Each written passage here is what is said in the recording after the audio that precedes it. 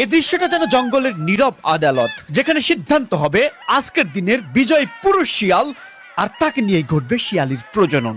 শিয়ালের জগৎ বাইরে থেকে যতটা সাধারণ লাগে, ভিতর থেকে ততটাই কঠিন নিয়মে বাঁধা। এটা স্রেফ লড়াই নয়, এটা উত্তরাধিকার বাছাই, শক্তি, বুদ্ধি আর ধৈর্য আর নেতৃত্বের পরীক্ষা। মেয়ে শিয়ালি সে দাঁড়িয়ে আছে নরম পাতার উপরে, কিন্তু তার দৃষ্টিতে আগুন। সে জানে ভবিষ্যতে সন্তানেরা যে শিয়ালের বংশ টিকিয়ে রাখবে, তাকে হতে হবে সবচেয়ে শক্তিশালী, সবচেয়ে ধৈর্যশীল আর সবচেয়ে নিবেদিত। তখনই শুরু হলো শিয়ালের রীতিমতো রূপকথার মতো প্রতিযোগিতা। একটি পুরুষ শিয়াল সামনে এগিয়ে এলো, তার লেজ খাড়া, চোখ দুটো জ্বলছে আত্মবিশ্বাসে। আরেকটি শিয়াল তুলনায় একটু নম্র, কিন্তু তার চোখে আসে বুদ্ধির ঝিলিক।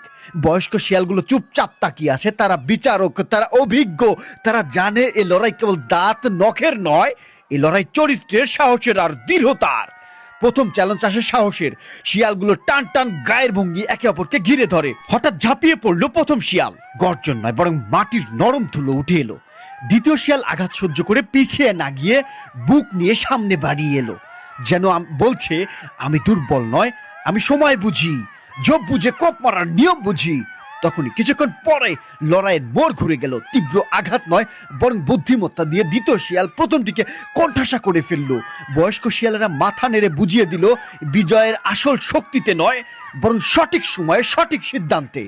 শেষমেশ প্রথম শিয়াল ক্লান্ত হয়ে যায়, তার নিঃশ্বাস ভারী হয়ে যায়, সে পিছু হটে। জঙ্গলের নিয়ম সে মানে, কারণ প্রকৃতির আদালতে অহংকারের জায়গা নেই। দ্বিতীয় শিয়াল ধীরে ধীরে সামনে এগিয়ে আসে। শিয়ালি তার মাথা নিচু করে একটি নরম শব্দে সম্মতি জানায়। তার চোখে যেন এক ধরনের স্বীকৃতি, সে পেয়েছে তার জীবন সঙ্গীকে। বয়স্ক শিয়ালগুলো ধীরে ধীরে ছায়ার মতো মিলিয়ে যায়। তাদের কাজ শেষ, নতুন এক জোড়া শিয়ালের যাত্রা শুরু হলো।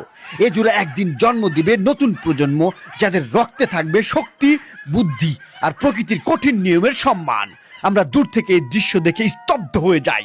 প্রাণীদের ভিতরে এমন নিয়ম শৃঙ্খলা, এমন নির্বাচন, মানুষের চোখে যেন সত্যি রূপকথার এক গোপন অধ্যায়, যেখানে প্রেমের শুরু হয় লড়াই দিয়ে আর জীবন গড়ে ওঠে প্রকৃতির নিয়ম নিখুঁত মেনে।